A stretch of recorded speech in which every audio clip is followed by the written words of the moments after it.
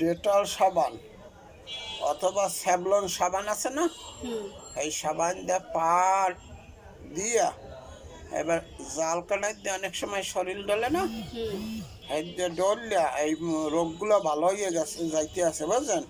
ওই মরা চামড়াগুলো উড়েই হেলাইবেন, ওই মরা চামড়াগুলো মরা জীবাণু আছে, এই যে আবার ওইটার মধ্যে যাই ইনফেকশন হইবে।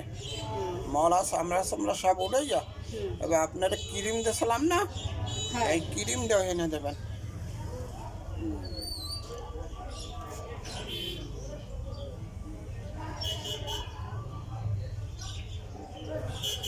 এখন কি আগের মতো চুলকায় না বাড়ছে?